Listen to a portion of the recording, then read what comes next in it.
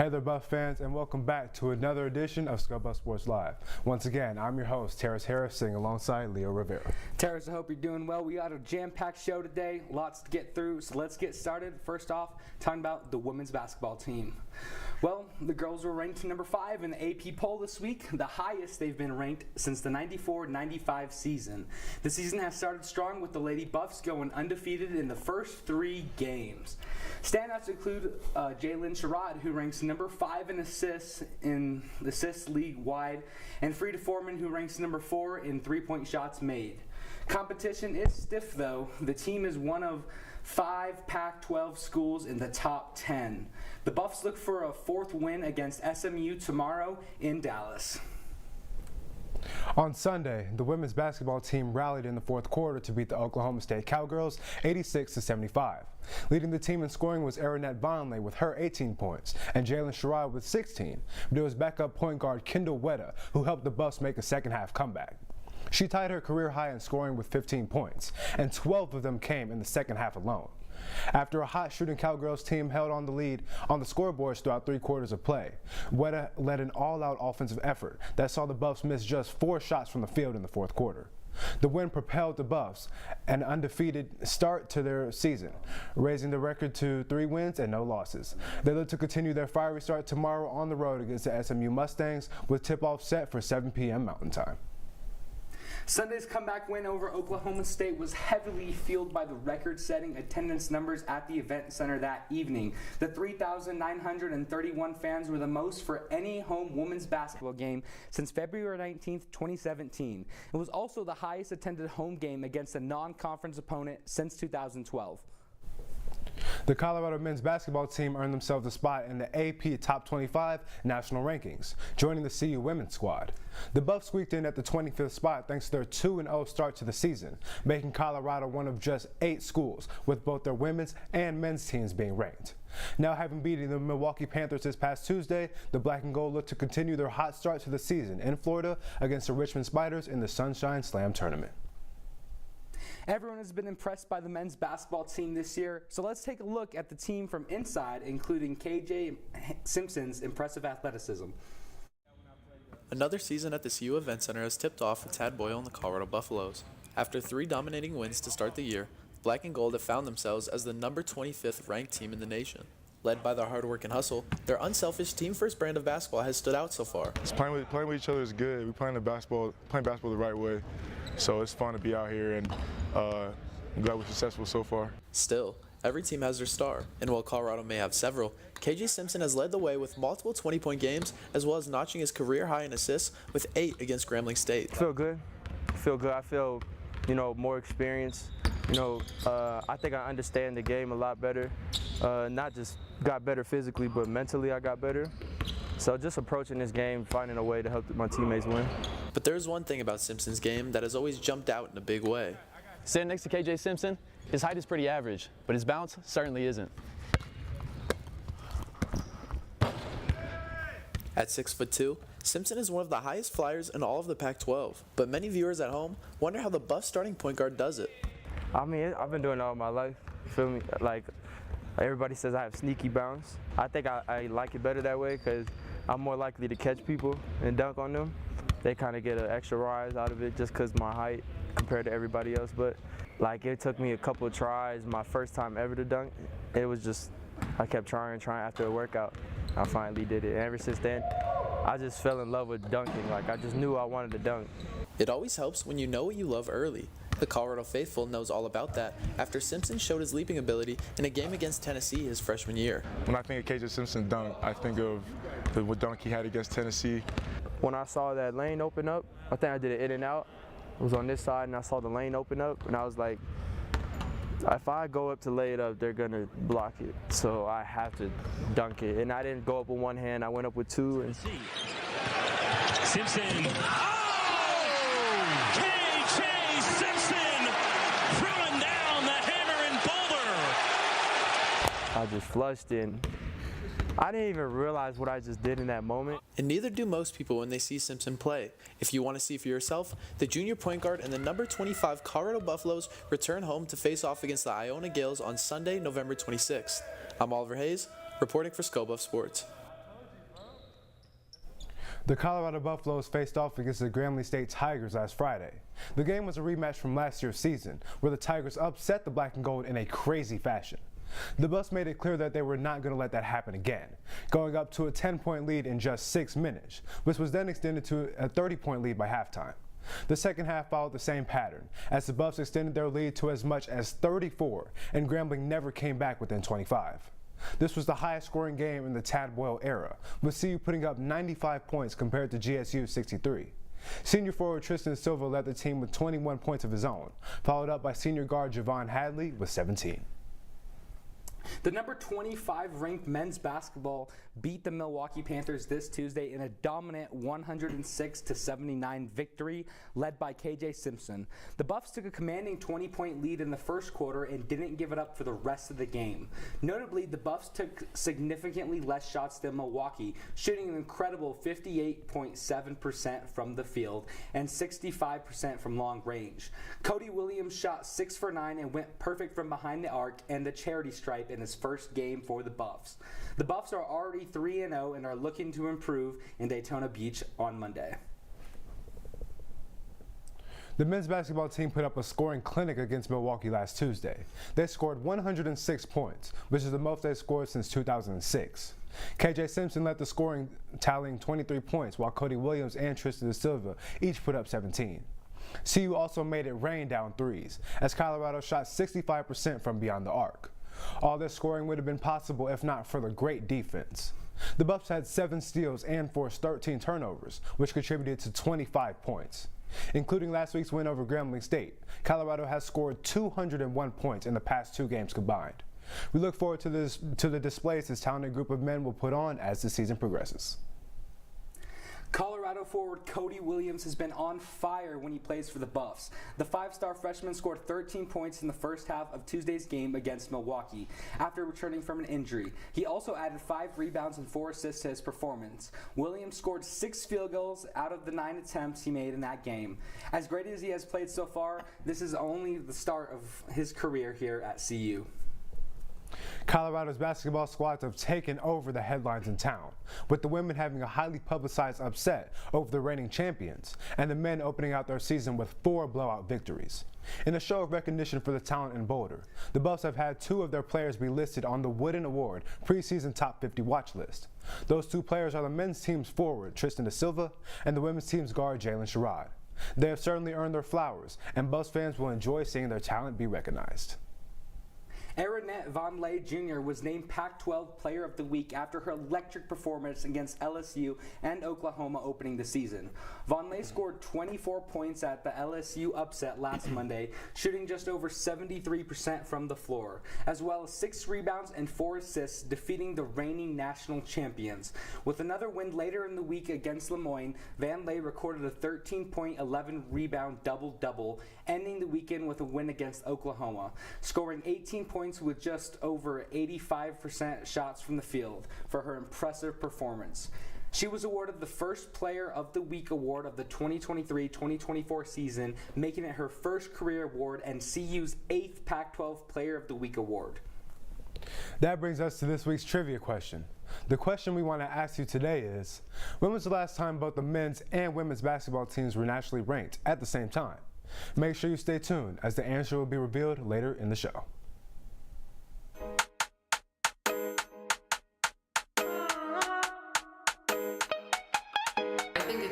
It's been a great week. We're very conditioned and we're very tough. We talk about being strong.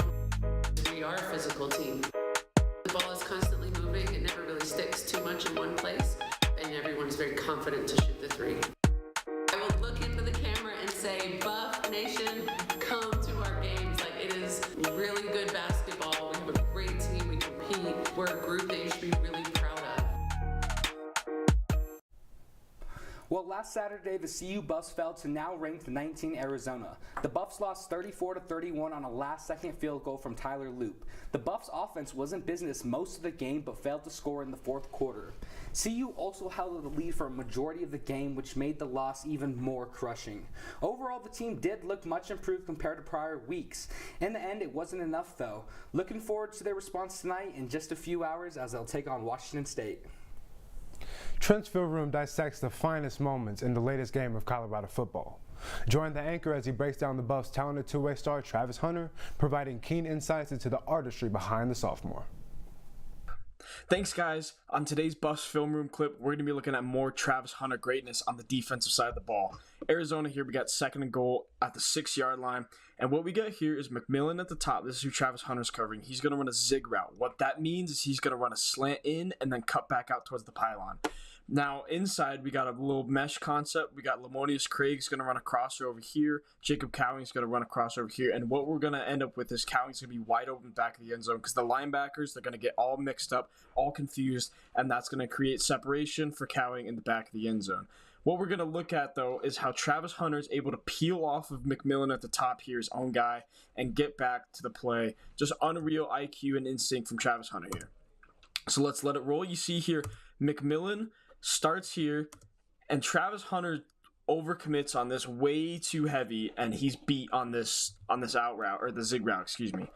But Noah Fafita, the quarterback, doesn't look at him. You see, he's going to have plenty of room up here, and you see this mesh concept developing here. Cowing's going to be able to just sneak through behind these linebackers. Shiloh Sanders is going to get caught up with Lamonius Craig here.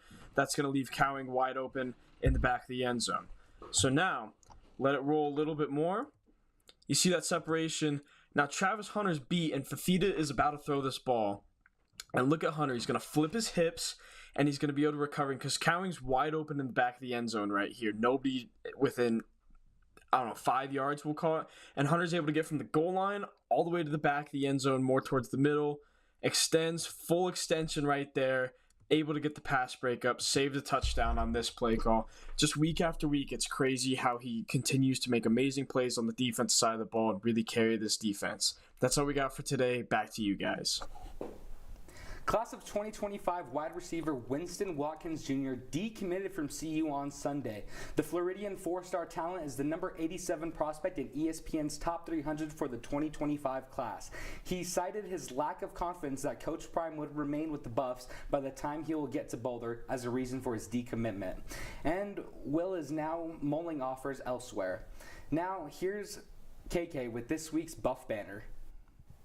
Hello everyone and welcome back to the Buff Banner. As you all may know, there's a lot of controversy going on in Boulder in regards to the coaching staff for our next football season. Today we're going to talk about the outstanding news involving Deion Sanders leaving the University of Colorado Boulder to coach for Texas A&M next year. Sanders has not given a clear understanding on whether or not he will continue to coach the Buffs this upcoming season.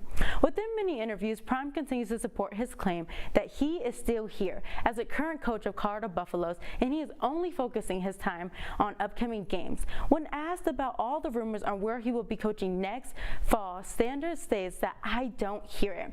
Deion is tuning out all outside news concerning his team for next year. This has begun to put many fans in shock because of Deion's history when it comes to coaching for other schools. When Prime was leaving Jackson State to become the new coach for the Colorado Buffaloes, Sanders states it's the same as just a new location. On the Nick Ferg Show, I think we all know that this is a big decision that he has to make because both the University of Colorado Boulder and Texas A&M want him as their football coach for this upcoming season. Looking on the outside in from the lens of Texas A&M, Jumbo Fisher, the former football coach of Texas A&M, was fired due to his poor performance as a coach. During this process, Texas A&M has spent more than $75 million just to buy him out of his contract. Despite the fact that Texas A&M spent so much of their money to fire Fisher, they decided that this decision was the best for their football program. And with a different coach next fall, their football team will have the opportunity to reach their full potential. Which leaves us all with the question, who will Texas A&M football coach be for next year? I'm Kelajanae Curry with this week's edition of Buff Banner. Multiple reports in the CU and UCLA robbery case have come out in the last week. Here's the latest with what we know.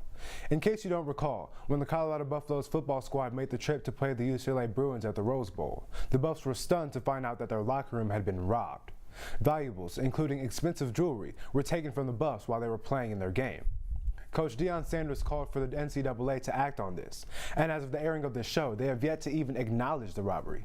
City authorities have reported that the lead suspects in the robbery case are 4 high schoolers from Beaumont High School in Cherry Valley, California. A spokeswoman for the city of Pasadena has said that no one has been arrested yet. She also could not confirm earlier reports that the suspects were football recruits on an official visit to the campus, and UCLA themselves have also denied those claims. Beaumont Unified School District officials also did not confirm if the students were football players at their school, and have said that they will fully cooperate with the investigation. We'll have more updates for you as they're released. Tonight, your Colorado Buffaloes will be on the road against Washington State. The Buffaloes will have the chance to get back in the win column, playing a team well below 500. There will be plenty of notable matchups tonight, so let's first look at the coaches. So apart from the amount of games that these two has coached, tonight's matchup will showcase two coaches who have had similar collegiate careers. Coach Prime started at Jackson State in 2020, where he amassed a record of 27 wins and 5 losses, including 2 SWAC championship reigns. However, he's experienced a bit of a slide on the first year with his new team, going 4-6 and only winning 1 game in his Pac-12 division. Similarly, Washington State coach Jack Dickert has a record of 4 wins and 6 losses, and has experienced a fierce decline in the second half of his season, as the Cougars have lost their last 6 games. I believe the game tonight will be fairly close. However, I expect CU to perform better than Washington State. I believe in the offense's ability to score points and be an important factor in the game. If the defense can force a few turnovers, I would not be shocked if CU won by double digits. That being said, I predict a 34-28 win by the Buffaloes. Yeah, Leo, I definitely agree. One big story of this season is the fact that the Buffs have seemingly lost themselves each game that they've played. And all they really need to do is just put together 60 minutes of complete football. And against Arizona, we saw that Pat Shermer can truly shine as the Buffs play caller. And despite a missed field goal towards the end of the game, the special teams unit had their best game of the year. Against the Washington State team, who, like I mentioned before, has been on an astronomical slide, the Buffs can definitely grab a crucial win for bowl contention. Now let's talk about the matchup between Shedeur Sanders and Cameron Ward. Both quarterbacks have very similar numbers, each having over 400 attempts and over 3,100 passing yards. Sanders notably has 30 touchdowns to Ward's 20. Sanders is also only 57 yards away from breaking the CU single-season passing yards record. So look for that tonight, as Sanders will add yet another record to his name. And lastly, we need to look at the two teams in action by the numbers. Both teams have had identical records on this season, with both going 4-6. Both teams have struggled to compete against the slugging Pac-12 conference, with WSU standing as the 12th team in the conference, and your Buffs standing ranked 11th. The all-time matchup record between these two teams is 7 wins and 6 losses, so your Buffs will try to walk out tonight with that record tied. Although the football Buffs started strong with winning their first 3 games, Colorado's chances of making a bowl game are now looking bleak.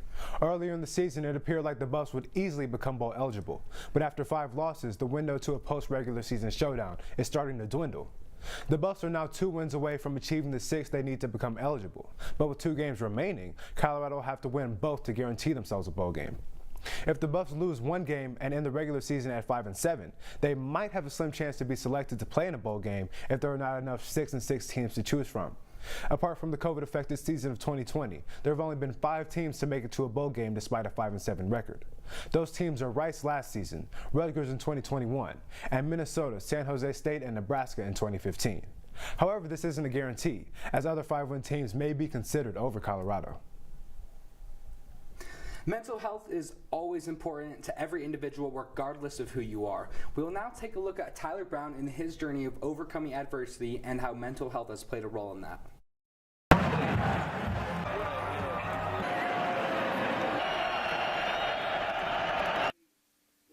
That's the one thing about, being on the line. Tyler Brown's Saturdays involve around 50,000 less people than his teammates, who get to be center stage on Folsom Field. Instead, Tyler spends a lot of game days here, his couch. My name's Tyler Brown. I'm born and raised in Jackson, Mississippi. I transferred from Jackson State here to Colorado, and I'm a redshirt sophomore, but losing this year thanks to the NCAA decision. So I'll be a redshirt junior next year. I'm going to be a senior in the Tyler's spring. journey with college football and his mental health go hand in hand with one another. He started at Louisiana Lafayette, where he made a special bond with the coaching staff, particularly Coach DJ Looney, who tragically passed away in practice. This had a massive toll on Tyler's mental health, and he decided to transfer home to Jackson, Mississippi to play at Jackson State under head coach Deion Sanders, to be closer with his family for his mental health. When Deion Sanders went to Colorado, so did Tyler, but the move wasn't entirely football related. Jackson State's amazing. Jackson State does have free mental health sources, but for the stuff I needed and the things I deal with, I had to be referred out to a psychiatrist to be taken care of, and the school didn't cover that. You know, the NCAA has a rule requiring players to sit out a year if they transferred to a new school more than once in their college career, and they denied Tyler's request to play this season. Tyler requested to be exempt from the rule due to the move being heavily related to his mental health. You know, most game days, I've cried, you know, after the games, just frustrated tears, you know, just seeing Shedeur get hurt, just not being able to help my linemen out there, not being able to contribute in the way I want to contribute. It really bothers me because I'm a team-first person. Tyler is still able to practice and use the same facilities the team uses, but he has to miss out on game days as he's not eligible to compete. With the biggest part of football being denied to him, Tyler turned to some of the most impactful people in his life for advice, who are often just a page or button away. I'm a big nerd. I love reading comic books. I love collecting books in general, comics. I love playing PlayStation 5, currently playing Spider-Man 2 right now, trying to platinum that, if you know what that means, basically getting all the trophies. Gonna go back and play Final Fantasy 16, get all the trophies in there. You know, just kind of leave reality for a little bit and read about somebody else's problems. One character in particular stands out a bit more than the rest, and it's not hard to guess which one if you just take a quick look around his apartment.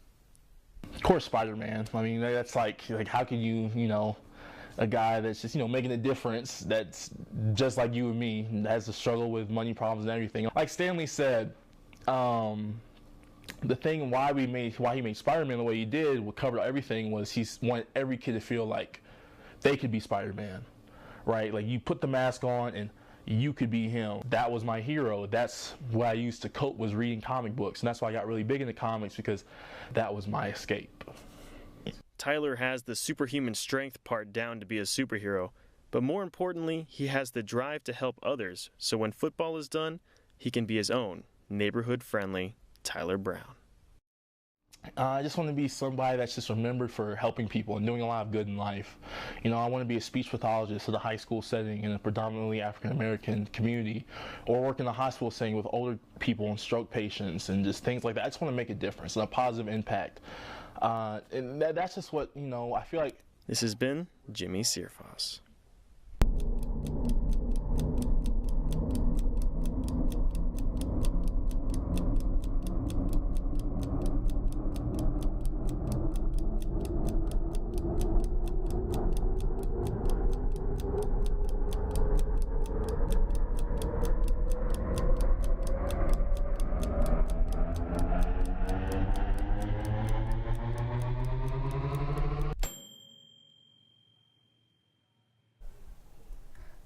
The Colorado Buffaloes had a tragic end to what at times looked like a magical season. The Buffs were excited to make the NCAA playoffs after a late skid saw them go 5 straight matches without a win. However, they went to College Station with their heads high to take on the Texas A&M Aggies in their first round of the playoffs, and it appeared to be a quite competitive defensive match. Despite this, the Buffs gave up a very unlucky goal at the hands of an erroneous deflection. Freshman defender Faith Leba slid in an attempt to clear out the ball out from close to the Buffs' penalty area, which sent it off an Aggie shin, causing it to fly 25 yards over the head of the goalkeeper, Jordan Knights, and falling into the net. It was a highly unpredictable goal, one that arguably came at the fault of no one. Head coach Danny Sanchez said, "I've been coaching for a long time, and have never had a field goal like that scored against us." It was a very unfortunate end to the Buffs' long up and down season. Now they look to focus on the offseason, where they will need to prepare and rebound for next year. Colorado volleyball faced off against the Arizona Wildcats in Tucson last Saturday. The Buffs lost the first set of the game, but rallied back to win the next 2, bringing the game to a 5-set contest. The Buffs fell short, however, as Arizona won the 3rd and 4th set, ending in a CU loss of 2-3. Buffs volleyball will be back in Boulder as they play Washington State later tonight and Washington on Sunday to finish off the final home games of their season. Both of the men's and women's cross-country teams are headed to nationals. Both had terrific seasons to get to this point, and they look to cap it off with a national championship. The championships will be hosted tomorrow in Charlottesville, Virginia at 7:30 a.m. Best of luck to all of our Buffs as they look to bring home the hardware for CU. The fall sports season is wrapping up, and it's time to say thank you and farewell to some of our student athletes. The Buffs football team recently wrapped up their 100th season in Folsom Field, saying goodbye to 11 scholarship players in their final year of eligibility, including star receiver Xavier Weaver and linebacker Jordan Dominic. The volleyball team is also preparing to say their adioses to their seniors, as they close out their home schedule this weekend with many stars like Maya Tabrone and Sky Howard on their way out. Soccer concluded their season with their aforementioned heartbreaker against Texas A&M, and they will lose the contributions of 8 seniors on their squad, including the superstars and point leaders of the team, Schreiber James. Unfortunately, we can't cover all the seniors who dedicated such large portions of their lives to Colorado's athletics, but we can say a huge, heartfelt thank you to every single one of them, and we wish them great luck in wherever their journey takes them next. Now, Buffs fans, it's time to unveil our candidates for our play of the week. We asked you on Twitter which of these was the very best. Was it this first high-flying dunk from 5-star freshman Cody Williams in the midst of his breakout performance during the win over Milwaukee? Was it this 47-yard bomb from Shedeur to Travis Hunter late in the first half of Saturday's game against Arizona? Was it this tough end-one basket by Jalen Sherrod that put CU up 5 late in their comeback victory over Oklahoma State?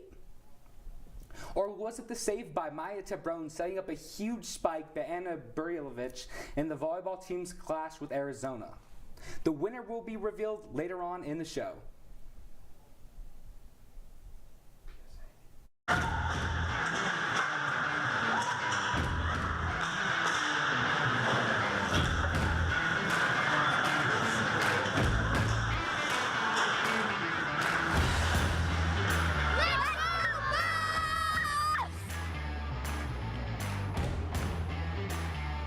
Go Buffs! Go Buffs! Thank you.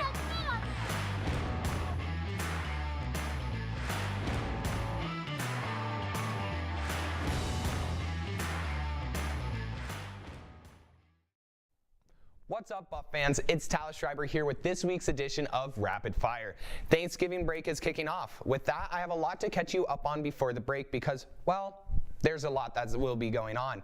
So I'm going to fire them off. First, women's volleyball takes on Washington State Cougars tonight at the CU Events Center. Also tonight, our football team is out in Washington to take on the Cougars with a kickoff of 8:30. Saturday, cross country is in Charlottesville for the NCAA championships. Then our women's basketball team goes to Texas to take on SMU at 7. Sunday, the volleyball team is still in Boulder to take on Washington at 7. On the 20th, the men's basketball team starts the Sunshine Slam in Daytona Beach to take on Richmond First at 6.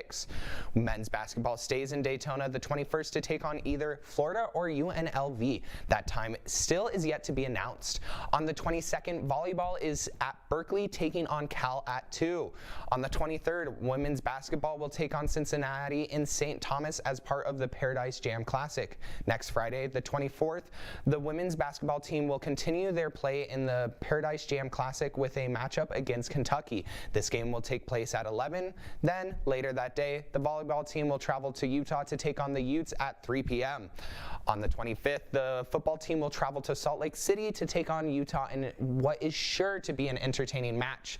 The time of the game is still to be decided. Then, at 11 a.m. on the same day, the women's basketball team will continue in the Paradise Jam playing against North Carolina State. That game tips off at 11 a.m. On the 26th, men's basketball is scheduled to take on Iona here in Boulder. That game starts at 12 p.m. On to the 28th, women's basketball will return to Boulder to take on Boston University at 6. Finally, on the 29th, men's basketball will travel to Colorado State to take on the Rams at 7. Well, that was a lot. I hope you were paying attention that entire time. I'm Talus Schreiber with Rapid Fire. We've got plenty of hockey action this weekend.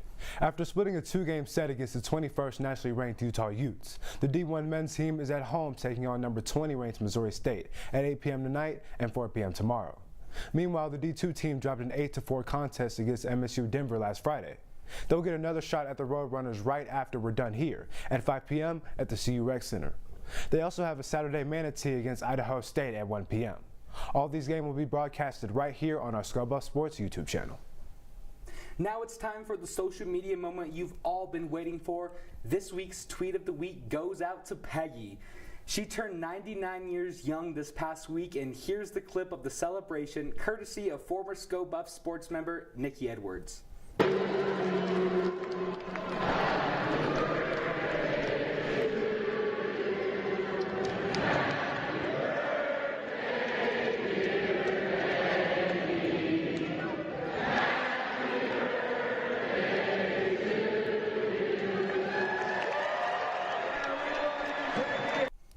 Now it's time to reveal the answer to our trivia question of the week. Just in case you missed it, we asked you earlier in the show, when was the last time both the men's and women's basketball teams were ranked at the same time? The answer is January 13th, 2014. It's been nearly a decade since both teams were equally this competitive, and it's a great time to be a CU basketball fan. Now it's finally time to reveal our play of the week. Can we get a drum roll, please? Receiving 69% of the votes is Cody Williams. His breakaway one-handed slam Tuesday night was the biggest highlight of his 17-point performance that put the entire college basketball world on notice. The #1 recruit of the class of 2023 is just getting started in displaying his talents to the Buff faithful. So that's it, Buffs fans. Thank you so much for tuning in. Once again, I'm your host, Terris. And I'm Leo Rivera, wishing you guys a great weekend and happy Thanksgiving as well.